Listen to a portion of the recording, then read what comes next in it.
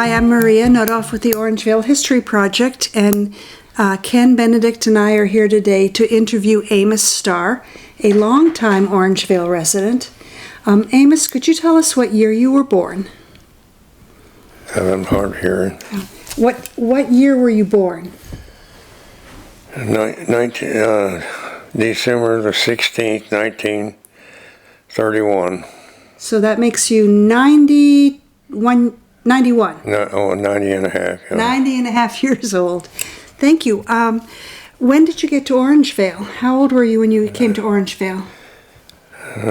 When I came from Orange County to Orangevale was around April 1969. 1959, I'm sorry. Correction. And will you tell us the story of how and where you were born? Well, my dad, there was, three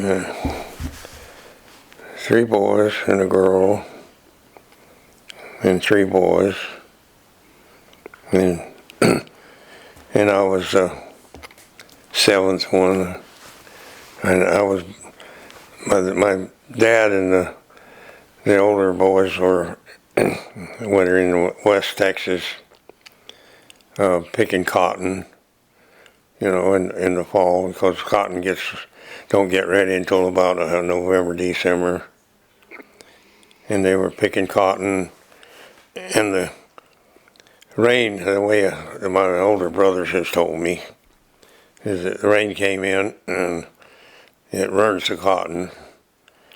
So my dad headed back towards East Texas, and from the cotton field there, he come into this little town of La Mesa, and my mom was pregnant with me, and she they went into a gas station to stay warm. It was December, She wound up giving birth to me in the gas station. And my dad just had what they were living in was a Model T truck with a canvas over the top of it, and they were living in that. And then from there on, I don't know much about it. And that's what my older brother, that was 8 years older than me, told me. And you lived in Louisiana for a while, isn't that right? Well, we were living in Texas somewhere around Elkhart, close to Palestine. And my mom and my dad was working, it was a depression. And my dad was working, from daylight till dark, trying to make a living with 7 kids. So he was, and this is what I remember when I was 5 years old. And my dad's parents had a 400-acre big ranch in Texas, and there was 14 kids. Of brothers and sisters, and my dad, the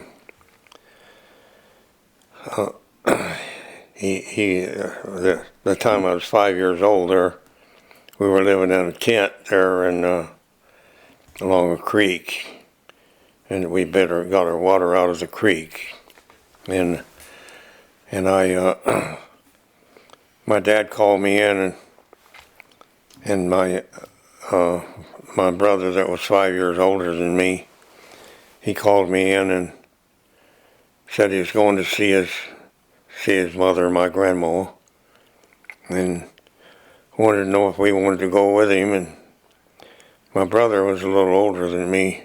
He's about 3 years older than me. He said, when you're coming back? And my dad said, I don't know. And of course, I was only 5 years old. I wanted to go. So I went with him. He went to see my grandma, and then when he went to see my grandma, we never went back. We went to see some of his brothers and sisters, and we traveled around Texas and Oklahoma there. As far as I know, of course, 5 years old, I wouldn't know much. But we traveled around, and after 18 months, he was there at I think it was his brother-in-law's house or something, and they were harvesting sugar cane and squeezing the juice out for making syrup, and they had these mules running around and around squeezing the syrup out, and I was playing around with the kids. My dad had gone someplace, and I didn't know where, but when he came back, he had a boy about 14 with him, and I didn't recognize him. I said, "Who's that?" And he said, "That's your brother John." And then him and my mom got back together. And I think the reason he had given you, this is my opinion now, that he took off with me, and he thought that if he wasn't an able-bodied man there, I think he figured my mom would get welfare, which I think she probably did get some. Anyway, when we were traveling around and I was 5 years old, he finally got an old Chevrolet, about a 1930 or 29 Chevrolet, two-seater, and we'd be sleeping in the gas stations. The gas stations were all closed up because of depression. We'd be sleeping in the gas stations, and then a policeman would come by and say, "You can't park here," shine their flashlights down, and then my dad would move on somewhere else. But him and my mom got back together, and because I was 7 years old by that time, and I had to start school. So my dad and my mom were together about 2 or 3 weeks, as far as I know. And he took off with my younger brother and my younger sister. My younger sister and my younger brother was younger than her. And he took off, and of course my mom had the police looking for him. And he stopped in Dallas at his adopted sister's home, and I think the police turned him in. He went to jail. They got my sister and brother back, and my oldest brothers that was 15, 16. And I think it was their uncle, our uncle, that helped him move my mom down to Louisiana. That's where her folks were, and her mother and dad had been in Louisiana. And my mom got a house to live in, kind of like a sharecropper's house, and she lived there, and evidently had gotten pregnant when my dad and mom got back together, because we lived there about a year. My 2 older brothers were cutting wood and hauling it into the city to make enough money to get by. And then in the spring, my mother had twin boys. They were born in May. What were their names? Royce and James. Royce was born about 15 minutes earlier than James. And in the meantime, my brothers had put in a crop of cotton and corn, because it was sharecropping, and they had got that crop in. But in the meantime, the government passed some sort of a law that you only have so many acres of cotton because of the flood on the market. And they were supposed to pay subsidy to the landowner. Now, I don't know anything about whether my mom got any of that. I don't think she did, because we moved after the twins were born. We moved into a little town of Elkhart, and I went to school there. And then my dad stopped back by about one time, maybe a year later, and we were living in a little shed, kind of like a shed shack there, and my mom would go in once a month to get, food from the county, and kerosene for the lamps, and we were walking to school about a mile away. And so my dad came by and saw us, and I guess he saw my mom too, but my brothers were out in the woods cutting wood, and I think, if I remember right, I think my dad gave us $1 apiece, and then we didn't see him anymore until he wrote my mom, said he was in California, and he said he'd found a job and was in the land where milk and honey, was really a good place. And he asked my mom to come back, and anyway, she decided to come back to see him. He said my older brother had a 34 Plymouth. Had a 34 Plymouth that he had got from working and going to West Texas and working and making a little money, and his name was John, and when my dad sent $50 through, my mom decided to come back to California, or come up to California. She had never been here, and so we loaded all what we had on top of the car, and there was 11 of us came through from Louisiana to California. Of course, the war had just started.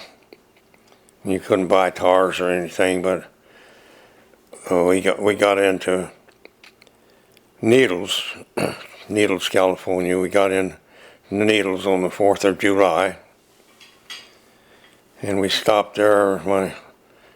My brother had a flat on the car, and he went to a wrecking yard and got something and got it going, and then he drove all the way to Barstow, which is about 100 miles, so better, and he checked his tires, and he had a hole in one of the tires. He had a hole, so he took his leather belt out and wrapped it around, and buckled it down, and we drove along about 30 miles an hour, and we got into Turlock, and that's where my dad had rented a one-bedroom house. It was he worked at Snyder's Honey and Lumber Company, and the house he rented was one-bedroom house, but it was right on the other side of the railroad tracks, because the railroad tracks run right by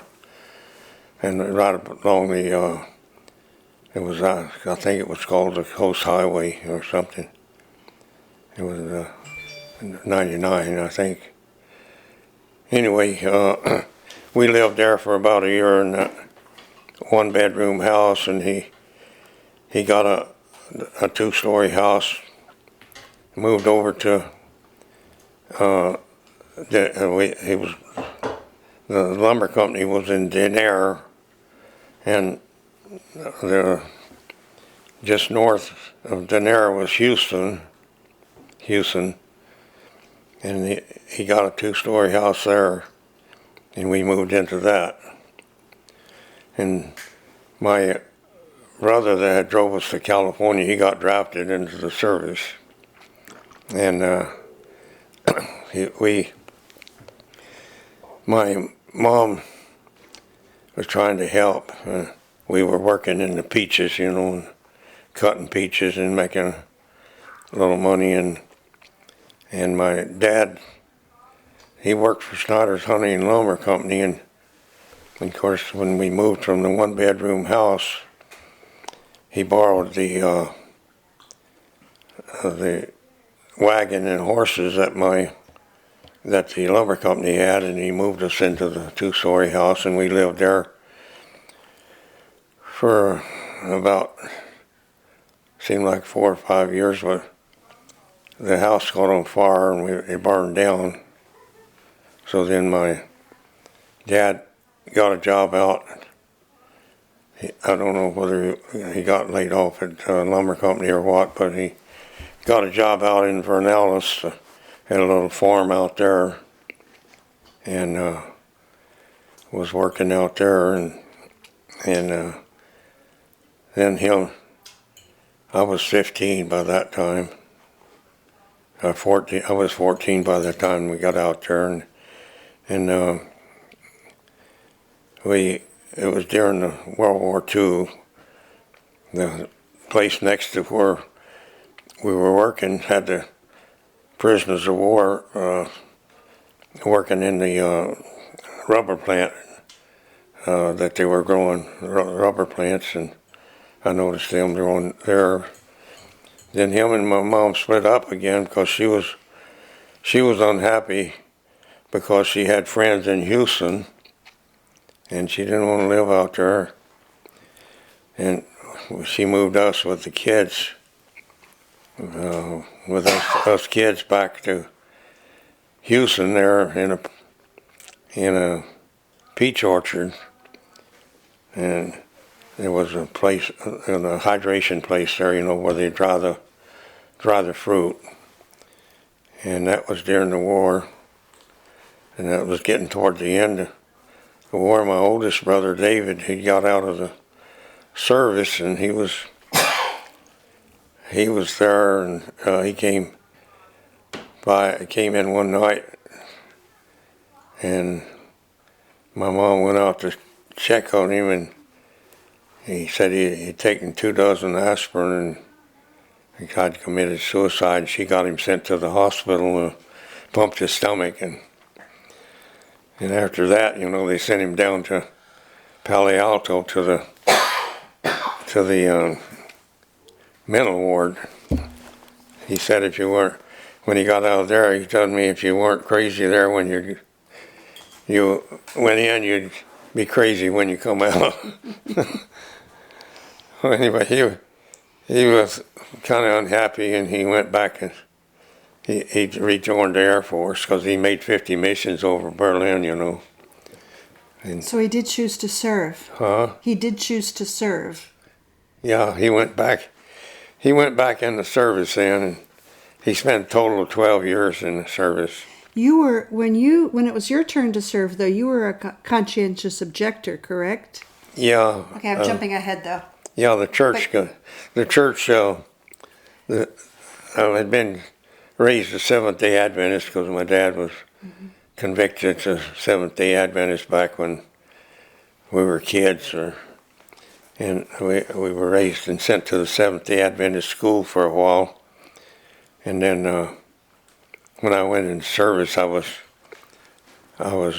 20 years old. I got drafted for the Korean, and I was working in L.A. Or Orange County actually, and so I spent 2 years.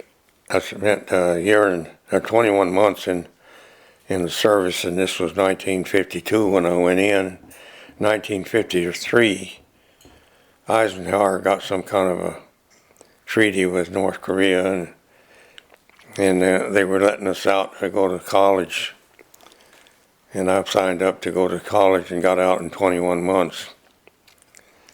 And I had just met my wife, Sue, at the church over in just north of Seattle. And I met her on June the 5th, 1954. And I asked her to marry me on June the 8th. And I was getting out on the 11th of June. And she said she was 17, she'd have to ask her mom. And she asked her mom, and her mom was okay with it, but on the following Saturday they had a potluck meeting, and I told her dad I had asked her, and I told her it'd probably be a year or two. And he said, well, he told me they didn't wait that long. Because she was going to the Seventh-day Adventist college. She already had a year of college in at 17. And she was going to go back to college, and that was pretty expensive, private college. I think her dad was a fisherman, and he had a heart attack, so he was kind of laid up. So he was pretty thrifty too. So anyway, he said they didn't wait that long, and I said, well, it probably ought to be a year or so. And then I had to go back. I left, I went to see Sue about 4 or 5 times, and I didn't leave till about I think it might have been 12th or 13th of June. And I went back to L.A. to work in the L.A. area, and my brothers, of course, were doing stucco work. And I went to work and worked a week or two, and called her and said, let's get married the 4th of July. Before that, regressing a little bit, before that, she had given me a 3-page letter telling me that, her plans, that she was planning on finishing college before we got married, and she didn't know if we would want to wait that long. And I got this long letter that she saved in there. She gave it to me before I left. She gave it to me on the 10th, and I left somewhere maybe the 11th or 13th. And anyway, we were there, and I worked a couple of weeks in Orange County in L.A. And I had bought this 1954 pickup, and of course I had that to drive back, and I had got it just about a couple of months before I got out of the service. And so I drove back up. I called her up and said, let's get married the 4th of July. And she and her folks didn't have any phone. I had to call her grandma, and her grandma was about 200 or 300 feet down the road from there. And so she went and talked to me, and then she had to go get her mom, and her mom talked to me, and she said she didn't know if she could get her wedding dress made by the time. So anyway, we got that done, and I got back up there about the 1st of July and got her marriage license. California, you have to wait 3 days at that time. You had to wait 3 days after you get a blood test to get a license, but you didn't have to in Washington. And we got our marriage license and got married the 4th of July. So that was less than a month after the day you met her. Yeah.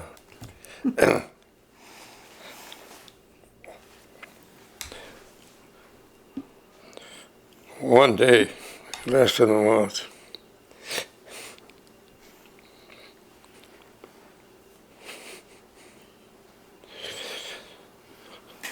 I got all these.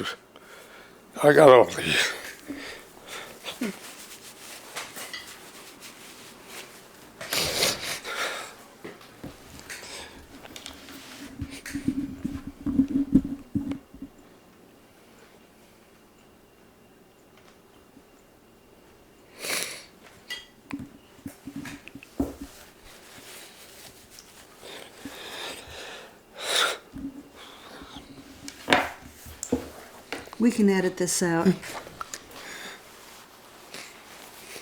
Right, Ken? Yeah, we can edit this out. This won't be I on the got film. I got all these letters from her, and anyway, we got married on the 4th of July. And I was supposed to go to school, so I got back down there right after we got married, and I started to college. I was going to take pre-med. Because you served as a medic, didn't you? In the service, you were a medic. Yeah, I was going to take pre-med, and I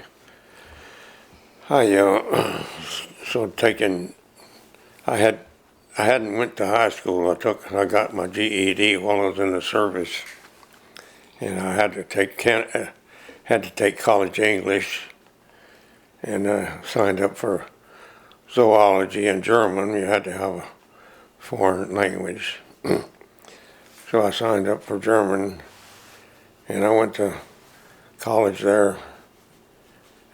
But they just decided summer school. I was going to summer school, and they didn't have enough people sign up for it, so we wound up waiting until fall to go to school.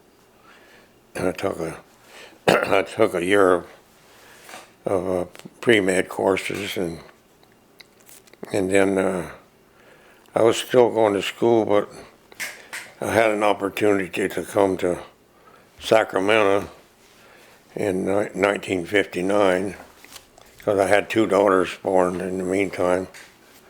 My daughter Cindy and my daughter Solene, they were born in 55 and 56. And so I came, in 1959, I had an opportunity to come up here and start doing, I had got my contractor's license already for stucco, for a plastering contractor's license, and I came up here in April 1959, and we moved into a house over in Carmichael and Wedgwood, and we lived there for a few months, and then we got a house out on Baldwin Dam Road there, which is now Folsom, and we lived there for a while.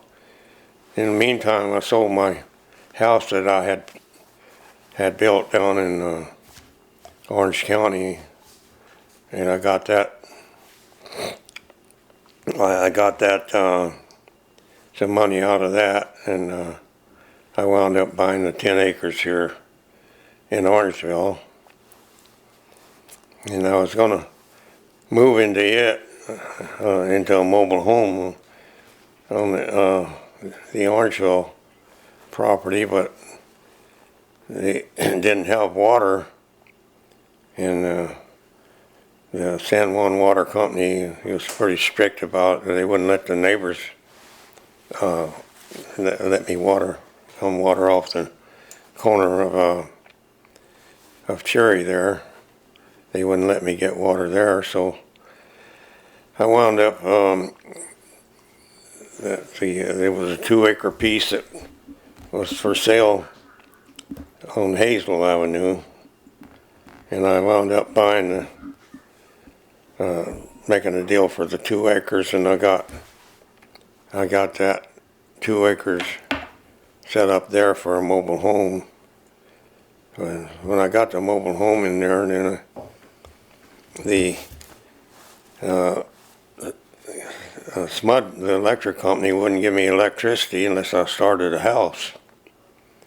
And I wound up, I was doing stucco work all the time, you know, because I had come up to do this one home builder's work, and I was doing stucco work all the time, and so I wound up putting in a form for a 24 by 24 garage, and pouring the concrete, and the electric company gave me a temporary electric pole, and I had my mobile home there with my 2 daughters, and Sue lived there for about 2 years.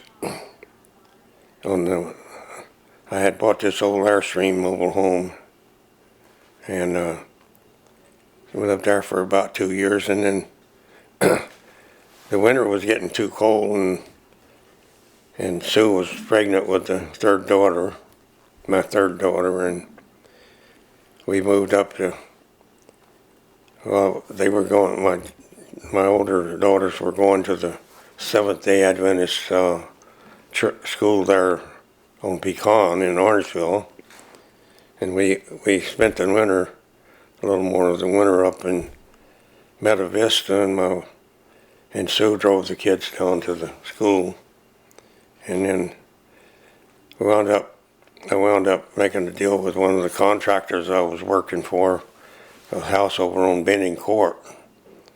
We moved in on Benning Court, and we lived on Benning Court until 1967, and then I had been able to get a veterans loan, build a house on Hazel. We moved over there.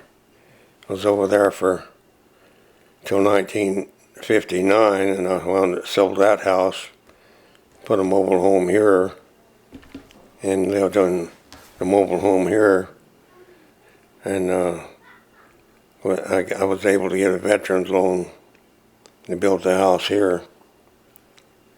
And well, I didn't, the veterans didn't have enough money, so I wound up getting a regular loan, and then later on changed it to a veterans loan. And I built this house here in 1970. And I moved in a mobile home in 1969 here, but by that time I was able to bring water. The Twin Lakes Riding Club had bought that property there, and the contractor that sold it to them put in a 4-inch line up to my property line here. So I was able to bring a 2-inch line up, and then that's the way I had water, and the electrical company put in an electrical pole, and when I got the loan, I built this house here. But the house that we had was a little bit smaller. It had the high windows and everything. When it caught on fire in 1995, and we had to it burned enough and smoked up enough that we had to redo it, and then we redone it like it is now. So anyway, that's pretty much the history.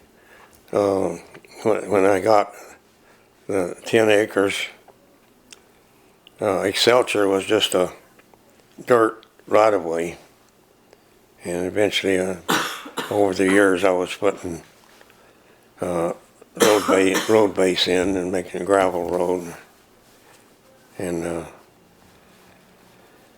so we lived here since the 1970s.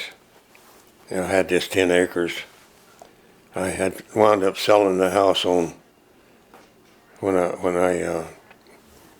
in 1969 I had sold the house on Hazel, and I was here since 1969.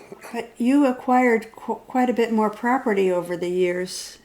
Didn't you buy some land from the Herveys? Hmm? Didn't you buy some land from the Herveys, who were the Chambers, Hervey Chambers, who down on Cherry? Well, I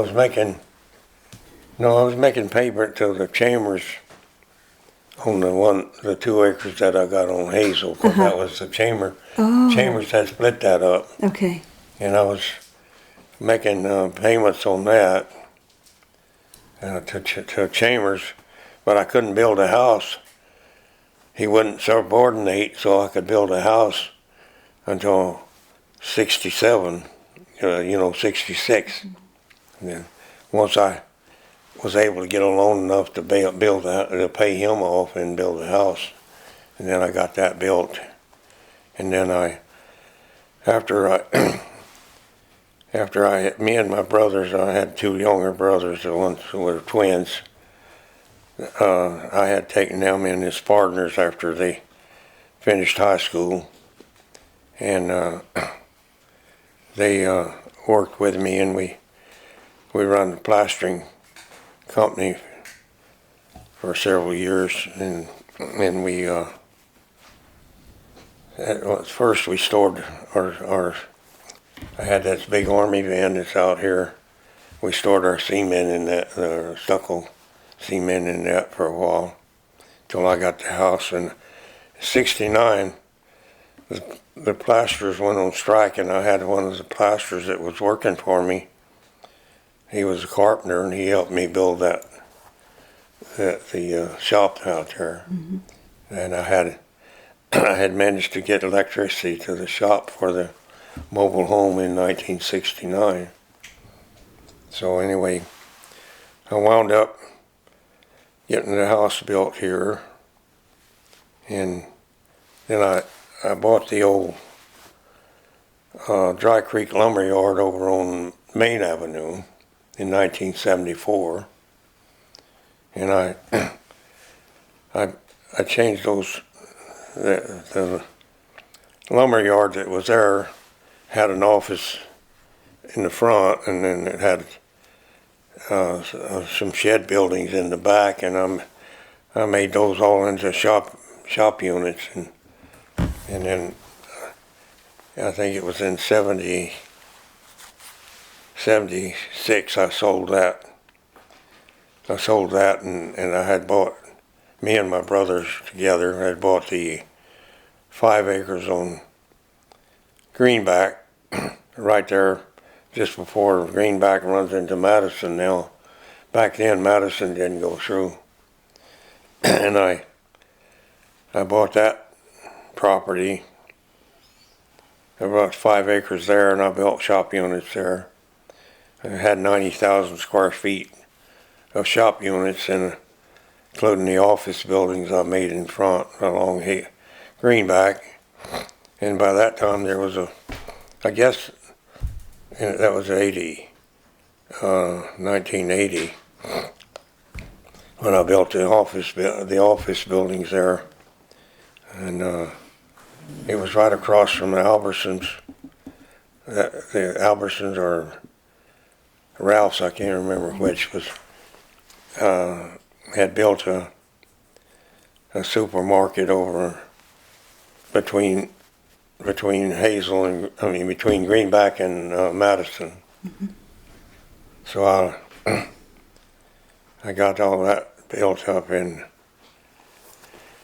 then I wound up selling. Me and my brothers wanted to split up the company, so we split up, and I wound up selling that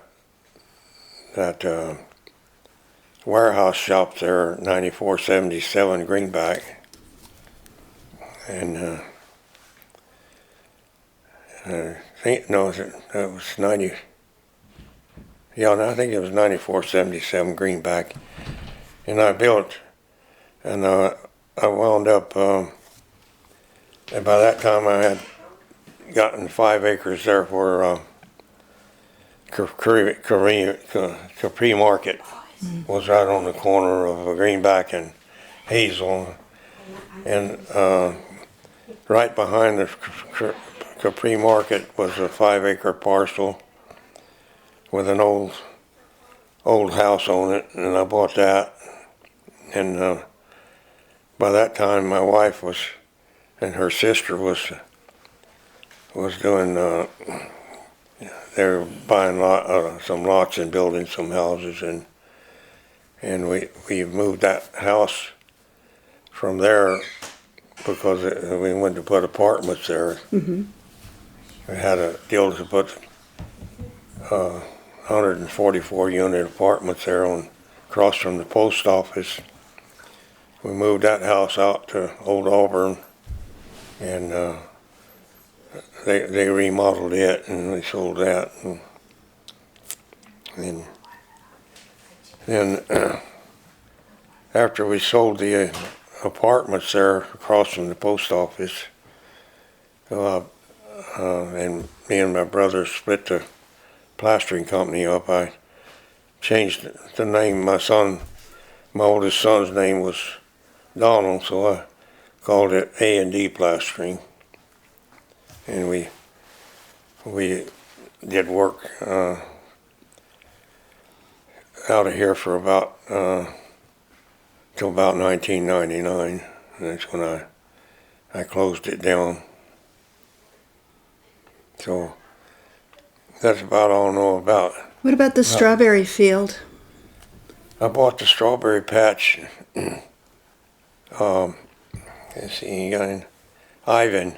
I think the guy's name was Ivan, and he bought that barn and had the hay barn there in 1972. I loaned him my forklift to get the hay barn built. He built that hay barn. Which strawberry patch? Yeah. That's in 16. Right here on Hazel. 16 acres on Hazel, where the strawberry stand is. This is 25 acres. It don't belong to me. It belonged to Steve Holden that worked for Caldwell Banker. So he still owns that, I think, but I think he did an LLC. And some Russians are supposed to be buying it, but they were planning on making acre lots, and it don't happen. Mm-hmm. Not in Orangevale. Mm-hmm. I wanted to make 1 acre lots too, but I finally had to give up on that. And anyway, that was the history. Him and his wife lived there for several years, and his wife, him got a divorce, and are you talking about your son? Huh? Are you talking about your son? No, the guy that bought Ivan, that bought the hay barn. Mm-hmm. He built the hay barn there, and he was selling hay out of it. And he wound up, when his wife got a divorce, he had a daughter named Casey that my youngest daughter played with. And she rode horses and stuff. And so he had that there, and in 1997 he had, his wife had taken his son up to Montana, so he was up in Montana and trying to sell that 16 acres, and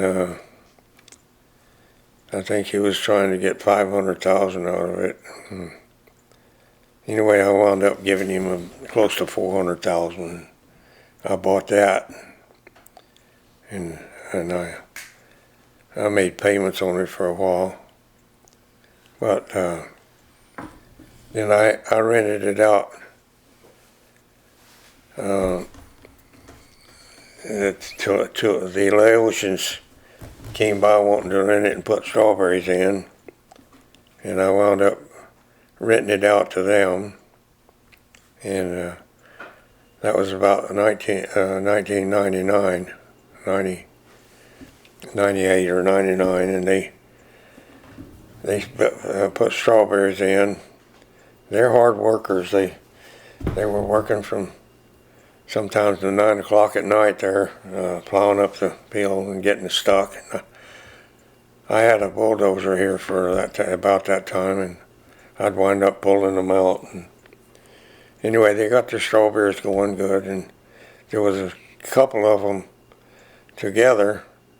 But anyway, they broke up, and then the guy that's there now, he's been doing a good job ever since. He said his brother wasn't helping him that much. So they broke up, and he had young daughters at that time. I didn't know it at the time. He served in the U.S. military, he said. But his daughters used to come up here and go swimming. And I drove on powwow days. So I drove my brother had a 61 Lincoln convertible. I drove it in the powwow days one year. They wanted me to be in the what's the name of the You're talking about the Chamber of Commerce? Yeah, they wanted me to be in the Chamber of Commerce. I never did join that, but anyhow, I was I run in the parade for the powwow days one year. That's about all I know about the history of Cardwell Colony, and I know that I've heard and know the history of putting it. This 10 acres evidently was a orange orchard in the 1950s, and it had a bad freeze sometime in the 53s, and it froze the orange orchards. When I bought it, it still had a few orange roots there that was frozen out. And when I built the house in 1970, I put about 40 orange trees right along about 20 feet or 30 feet out there. The hill dropped off like that, and I put about 30, 40 orange trees there, and little plants, and then we had a bad freeze on about 71 or 73, and it killed them all. So they never growed. That's a few years back now. I put these 2 orange trees. Bel Air had them setting out over there to Bel Air out front, and my wife wanted to get them, so we put them right out here. And they've done pretty good, but I think last year I put the Christmas lights on to try to keep them warm enough they don't freeze. I think last year that big one might have froze a little bit. Got a lot of dead limbs on it. The little one's got big oranges on it right now. Wow. And so. Are there any other memories of Orangevale you can think of that you want to share? No, other than after the 142 unit apartment that we built there in the 80s, the Capri Market, went out of business, and Walmart bought a property right just east of it, and they bought all of that property, and then they got their parking lot there where Capri Market used to be.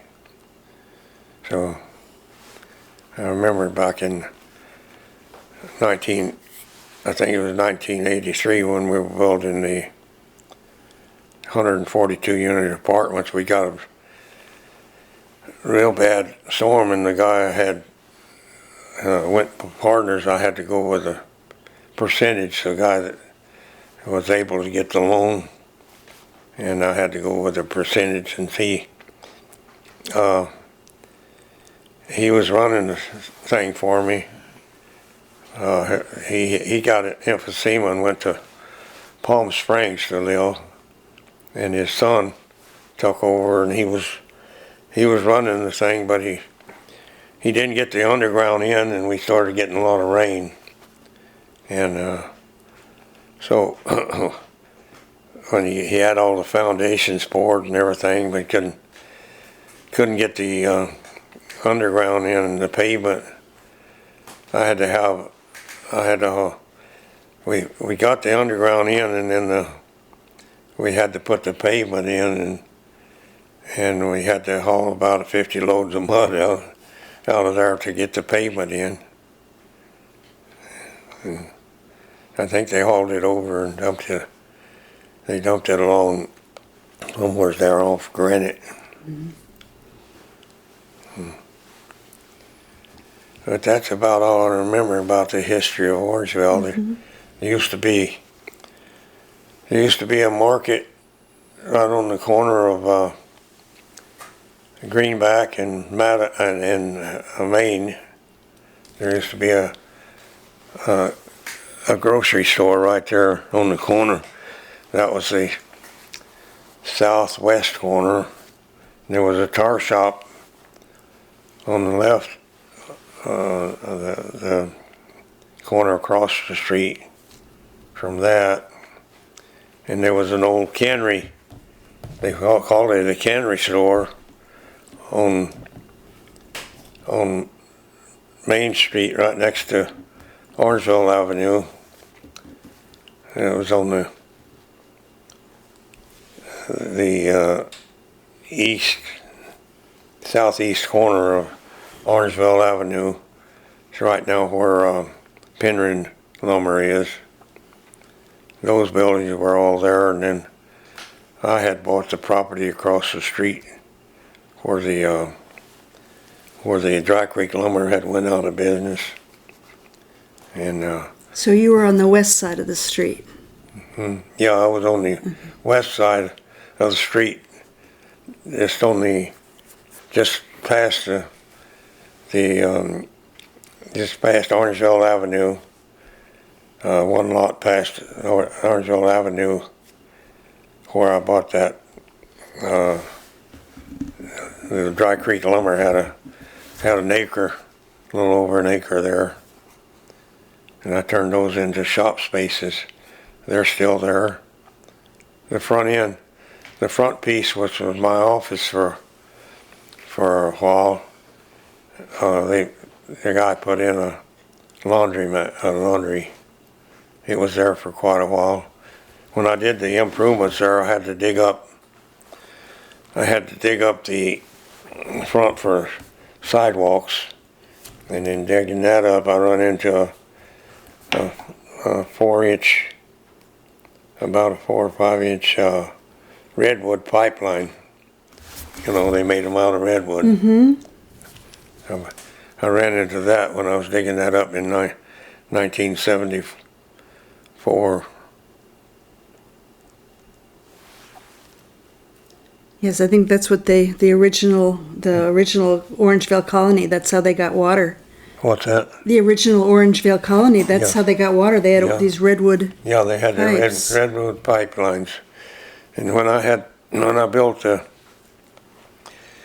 shop units on Greenback, I had a 6-inch pipeline running along Greenback, and it was leaking out front there, and I called Orangevale Water Company, and the guy came by, and I showed him where the leak was leaking there running along Greenback, and he whittled out some redwood plugs and plugged them up, and they thought that's what they used to plug the old metal lines they were plugging up with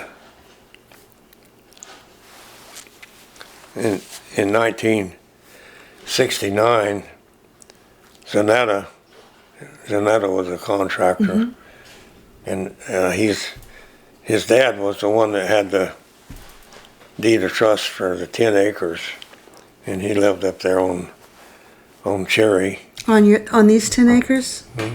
Yeah, he owned his 10 acres. He owned all of that, and Zanetta had sold the 10 acres, I mean the 2 acres for the riding club is, Twin Lakes Riding Club. He had sold that to the Twin Lakes Riding Club, and it was all real low, kind of like a swampy area. The water built up there quite a bit. And Jack Sturms came in and off the property that DeSarno's owned there. Mm-hmm. He came in and leveled that all down and got it. It made it kind of low, but he put enough dirt over on Twin Lakes Riding Club that they could have theirs. And the contractor that sold it to him, Zanetta, he put the water line in coming off of Cherry. I helped him put a 4-inch water line, transite, they called that pipe then, transite water line, and he took it all the way to the oak tree there.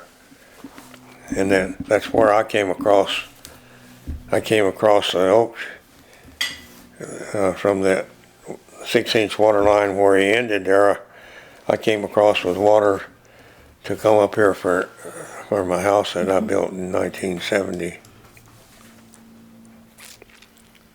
By that time I had to pay the dry land fee.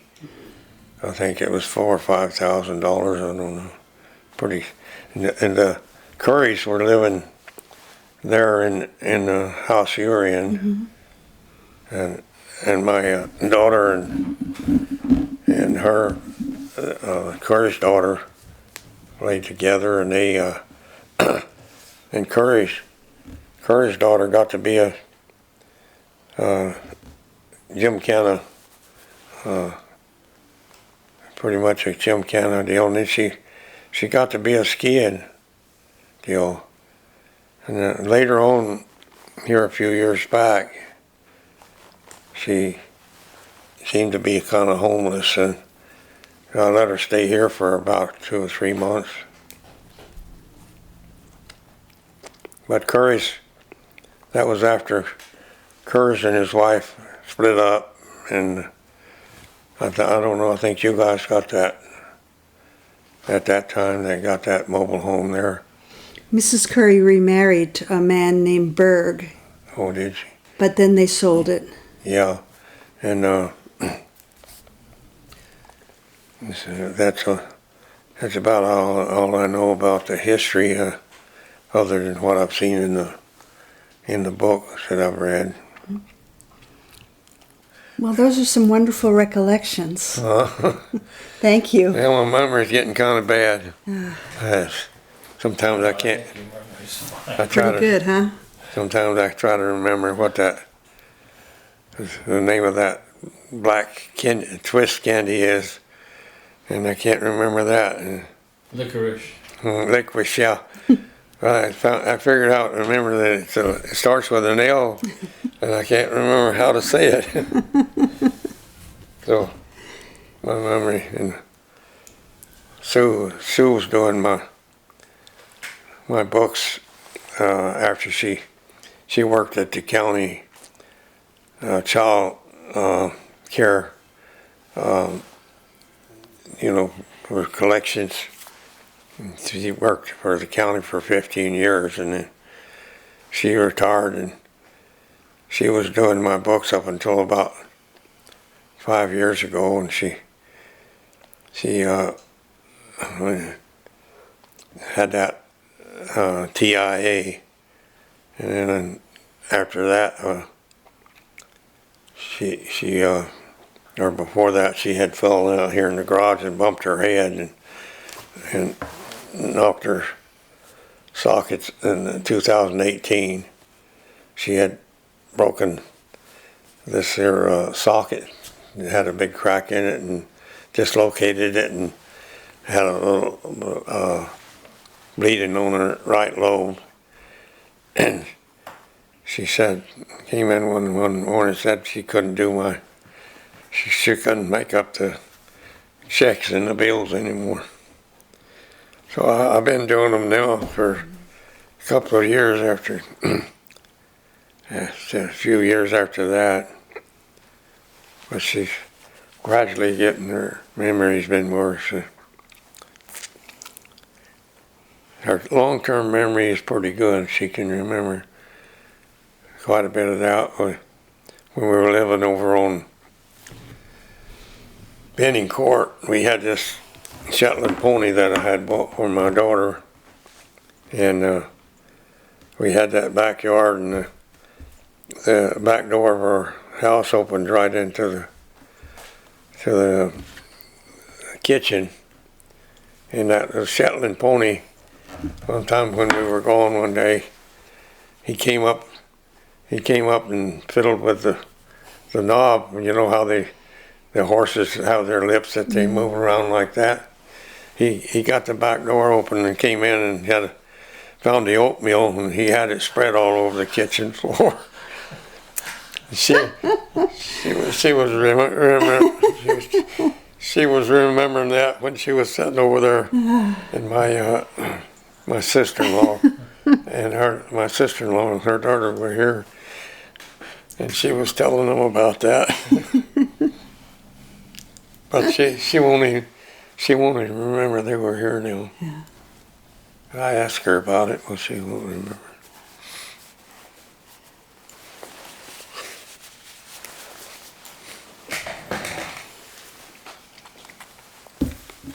I can't think of anything else. I can't either. I think we're good.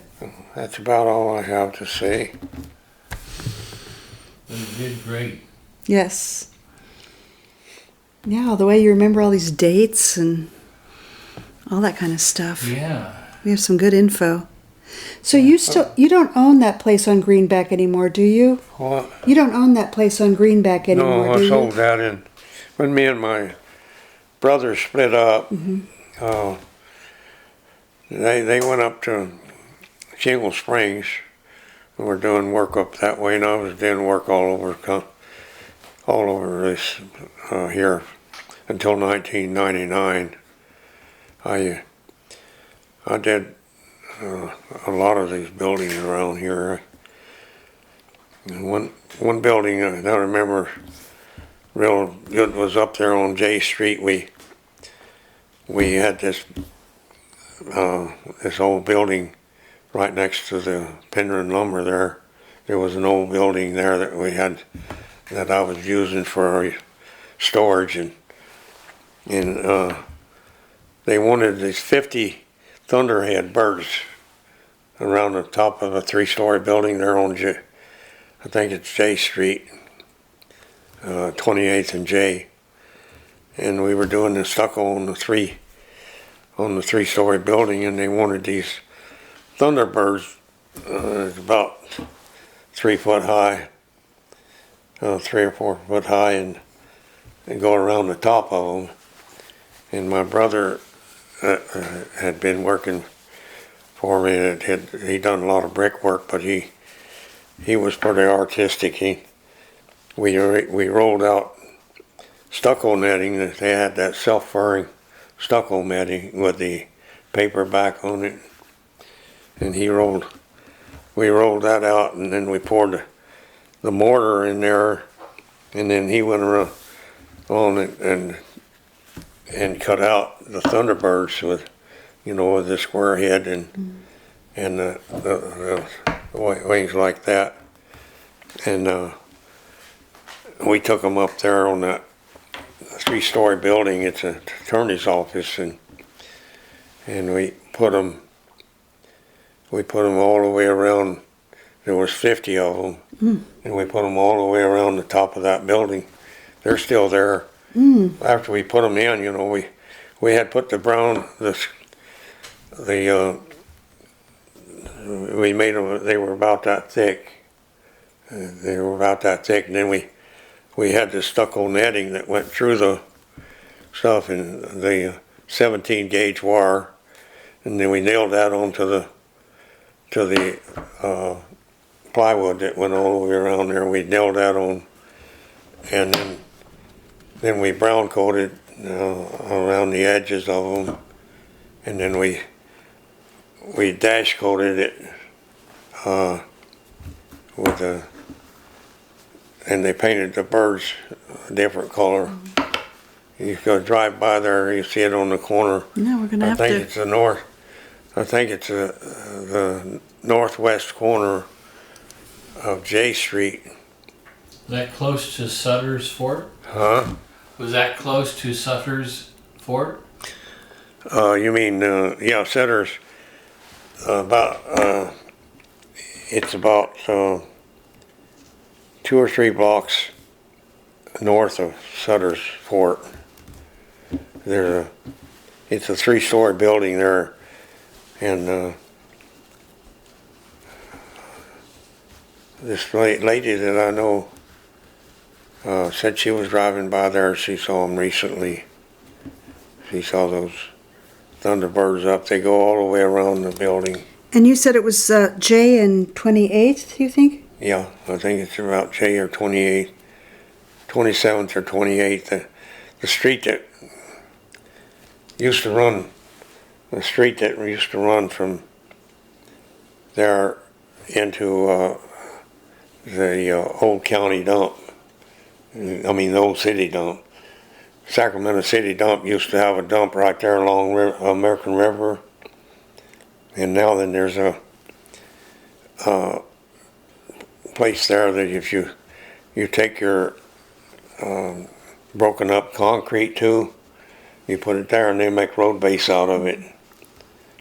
And, I think it's still there because I hauled some there a few years back. But they have this big deal where they crush up that concrete and make road base, like the road base you have to have before you put pavement down. I still haven't got these lots recorded. What happened is my engineer, he got the plans approved for it in 2008, January 2018. The plans were approved, and I got a contractor that does that type of work, lives right next door here, but I got a bid from him, and it was $550,000, and the engineer, there's Task Engineering, had a big company at one time, but he's retired now. He's just kind of doing it a little bit, but he wanted to use this other contractor that he had worked with down in Elk Grove quite a bit, and he got him, and the contractor, he kind of works. He works on the job most of the time and does most of it himself, and him and his son, and they took a little over 3 years to get it completed, and I didn't know that the county, if you go over 3 years, you got to resubmit. So the engineer had to resubmit and then get an okay.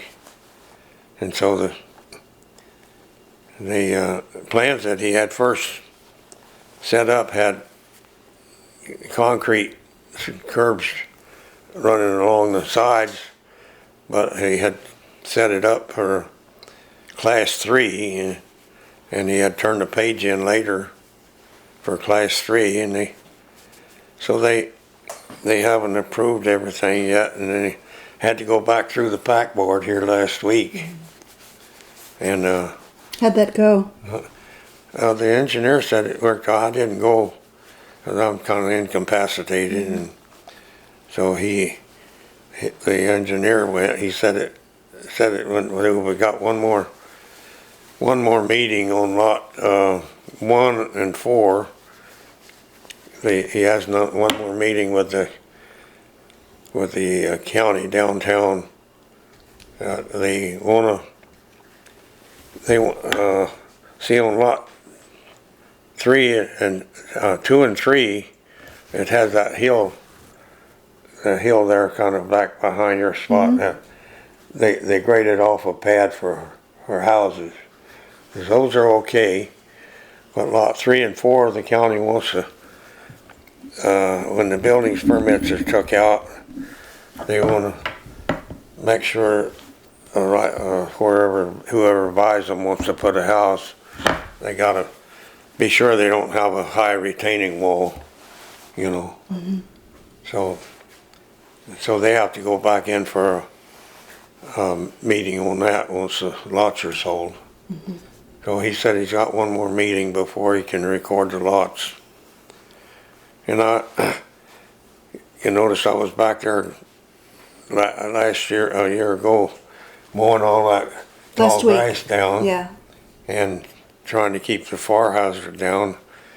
So, being as we hadn't got the things, the lots recorded yet, and I wasn't ready to sell them yet, I stuck a fence up around there so that the horses, the Shadow Glen, when I was buying hay for these 2 horses that my granddaughter had there,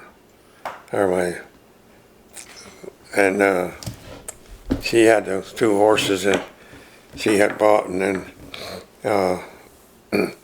so I was buying hay for them every year, and Terry that has the Shadow Glen down there, he had bought that, and he came by and wanted to put some horses out here, and I told him I'd give him those 2 horses. I was tired of buying hay for him, and I told him I'd give him those 2 horses. One of them was a horse, was a gelding, and the other one was a mare. And I gave him those 2 horses and told him they needed him to bring them back to eat the grass down. So I put that fence up after that thing was all done. I put that fence up so that he can put horses. He had 17 of them in there for about a month or 2, and then now he's got them over here on those 25 acres. But he got the grass down pretty good, but I've been running around there using the go-kart to get around with. My son bought me a backpack sprayer for Christmas last year, and it's electric, you know, your battery operated, and I've been running around there spraying those yellow star thistles, trying to keep them down, kill them out, and then those tar weeds are growing now. I don't like those tar weeds. They used to be covering this whole field out here, and when my daughters would ride the ponies out there, they'd come in with the tar weed all over there. You got an emu over there? Yep. You got 2 of them? Just one now. Yeah, I know. I saw 2 at one time. Yep. No, just one now. You had to mow that acreage out there towards Cherry, didn't you? Yeah. Yeah, I was using my lawnmower, or my riding lawnmower, and I was mowing it last year, and then the guy over here, he came over and helped me mow, and then he had a big tractor with a mower, so he went ahead and mowed, but he wanted to buy one of the lots for his 3 boys. He's got 3 boys, and he wanted to buy one, and I told him, well, I couldn't tell him anything until they got on recording. And he wanted his in-laws to buy one of the lots.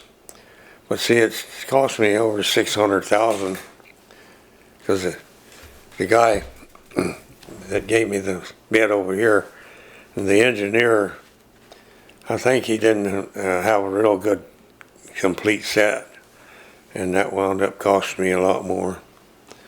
So, and the county just sent me a bill last week for $700 and something for looking at the because it ran over 3 years for looking at the research deal. I just sent them a check yesterday. The counties, it costs you a fortune to to break any property down. Okay. Well, thank you. Okay. This was yeah. great. Yeah, you've been a big help. Yep.